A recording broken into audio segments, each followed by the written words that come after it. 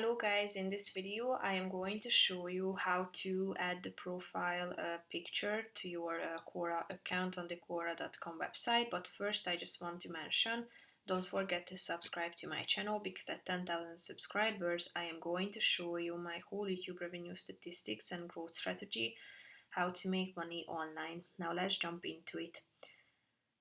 First of all, open the website on your device, then tap on this button at the top of the screen next to the Try Quora button, and then tap on your username.